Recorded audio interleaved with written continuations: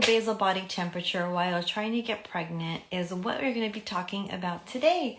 So come grab your cup of tea and come join me as we dive into what is it about the basal body temperature that you need to know about. I'm Denise Noyer-Erez, and I'm lovingly known as the Fertility Godmother, and I get to help women all around the world prepare their bodies to prepare for pregnancy by saving them time and pain. So I'm excited to share this with you today because you probably have heard a lot about basal body temperatures, and somebody probably recommended to you, and what does all that mean? So hi, welcome. Hi, peace, love, live. I love that name. Hi, Anusha. So glad you're here. And I'm trying to hide my little piece here, but I guess it doesn't matter. I hope it's not too distracting. Anyways, so I like to recommend, the people that I work with to do their basal body temperature when they're either just starting to conceive or they haven't done it for a while, they haven't done it at all. So if you're getting ready for IVF, you're going to be taking medications, and this may not be something necessarily for you because it's like one more thing to do. But let's talk about it. There's a couple things I would like for you to get right off the bat. It's not something to be stressed about. It's really information, and it's not science. It's more of an art. So first of all, let's just talk about how we take a BBT every day and how long we should take it for. So you would definitely want to have a thermometer where you have the 2 digits, so you can read the decimal point on it. And honestly, I don't remember the apps. There's a lot of great apps out there, but you can definitely use that. I like old school. I like to look at the paper.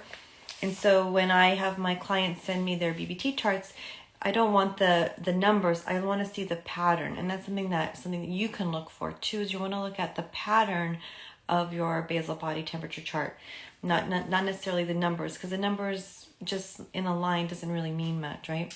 So you want to definitely have it charted out. So if you are getting an app, you want to have an app that can take the information where you can get the graph, and so you can be able to line things up. But anyways, you definitely want a thermometer where you can have at least 2 digits at it, so you can round the number. And the first thing you do in the morning before you go hug your honey, before you get up to go to the bathroom, is you take your temperature. And you can take it under the tongue or you can take it vaginally. Either one is fine. Whatever one you choose, just be consistent with. The vaginal temperature seems to be a little bit more stable, but as long as you're doing what's comfortable for you and also what is you're going to be consistent with, okay? So that's going to be the most important part. So you want to take it at the same time every day. So we had a question from from Heather, asking, can BBTs be tracked after waking repeatedly? So that's a great question, because actually you want to have at least a solid 3 hours of sleep before you take your temperature. So if you get up to go to the bathroom, say at 5, but you don't have to get out of bed till 6, then I would recommend you take your temperature at 5 o'clock and then go back to sleep. If you wake up at 5 to go to the bathroom and you come back to sleep and you're getting out of bed at 6 or 6:30, then you're not going to get an accurate reading. Now, some people have really inconsistent schedules with their sleep. So if that's the case, then this might not be the best tool for you, because consistency is going to be really important. Now, you want to remember that when you're looking at a BBT, hi Christina, hi April Rose. When you're looking at a basal body temperature chart, you want to not be so focused on the numbers, because again, it's going to be giving you information and it's not a science. But you want to watch the pattern. So sometimes your thermometer may read a little bit low, and that's okay. You just want to, again, look at the pattern. So a normal BBT chart is pretty well balanced. I graphed one out here for you. You can kind of see. So you start off low in the beginning after your period, right? Your temperature is on the lower side. And then it should go around 13, 14 days and then take a little dip and that means that's the time you're ovulating. So the thing with the basal body temperature chart is it already, by the time you know you ovulated on the chart, it's more of a going back to look at when you ovulated. And the other thing is you want to match up. If you can take note of a few things while you're doing this, is look at your fertile mucus and then do a little check mark. You can also take a monitor when you guys have sex, so you know, is your fertile mucus lining up with your ovulation? I have seen women where they get their fertile mucus and then they're dried up before they ovulate. So that's something that we know, okay, we need to balance that out. Let's fix that. So that's important. The other thing is you get the dip and then you want to get a spike. So you want to have a dip and then you want to have it spike up pretty quickly, and that shows that it has a strong ovulation. Sometimes you'll see the line kind of creep up. So that tells me, as a Chinese medical physician, okay, we need to help balance the system and create a stronger ovulation. So that's going to be some signs for you. If you're somebody who has a great basal body temperature, your periods are regular all the time, you know you're ovulating, then just do this for 2 or 3 months. You don't have to continue to do it. And because you know after that you're consistent in your cycle, so you don't need to worry about making the time and jotting that down. And now if you are going to see a holistic practitioner, like someone like myself or an acupuncturist, make sure that they specialize in fertility.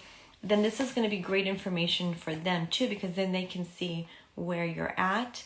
And then you can also use this, what I love to use this for is to manage the changes, because I want to make sure that there's changes and that we're moving in the right direction. And remember, now changes sometimes are slow. It's not like all of a sudden you have this magical period. It's pretty magical, but it's not like that, right? It takes time, but you want to make sure that there's changes over time. You want to make sure that there's more of a consistent pattern. So that's something that's really important about the basal body temperature. So you want to pay attention to your fertile mucus when you're having sex, when your period is coming, how strong, like how the spike is for your ovulation. Is it a nice strong spike, or is it kind of creep up? And then this will help you monitor your luteal phase. So some women have short luteal phases. And if you have a short luteal phase, it makes it much more challenging for a pregnancy to stick, because as your period starts to come, it actually the uterine lining starts degenerating before your period actually even comes. So that's another place that you can say, oh, okay, I need to balance this part of my cycle out. And that's a place where you can monitor and make sure that it gets longer. So that's something important.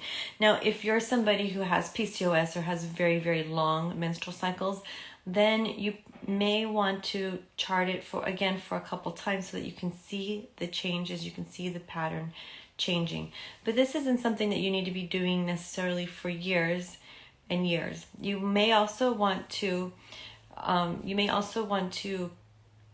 do your if you're tracking ovulation, combine it with an ovulation predictor kit so that you can see that spike, so you know when you're ovulating. So that's really important. Okay. So a couple things that can affect the temperature is, one, when you wake up in the morning. So if you wake up at 5 o'clock in the morning through every day through the week, and then you sleep until 8 o'clock in the morning on the weekend. On the weekend, most likely it's going to be a little bit higher. So just know that on days that you sleep in, your temperature may be a little bit higher. The other thing that can affect the temperature is if you have any alcohol the night before, if you were stressed, or you had any headaches or any pain. Those are things that can really affect the temperature. So again, it's kind of just jotting a little bit of a note down to know that okay, this is why my temperature is high. Something happened there. If you get this random spike in the middle of it, it doesn't mean anything. It's not a big deal. It's not a big deal. it's more of if it's a consistent spike up and down, then that says something like, usually if it's a really, really spiky up and down, in Chinese medicine, we call it the sawtooth, or it's called a sawtooth. And it means that there's some stress going on. So that's a sign for you to maybe do some breathing or some acupuncture, some meditation, some way to manage your stress. So managing your stress is really important during this. And another question I got was, I'm currently on cycle day 5. It's from Allie. Does this mean I have to wait until my next cycle? No, you can actually start tracking at any time in your cycle. Just make sure you have your thermometer with you next to your bedside, and just start the next day.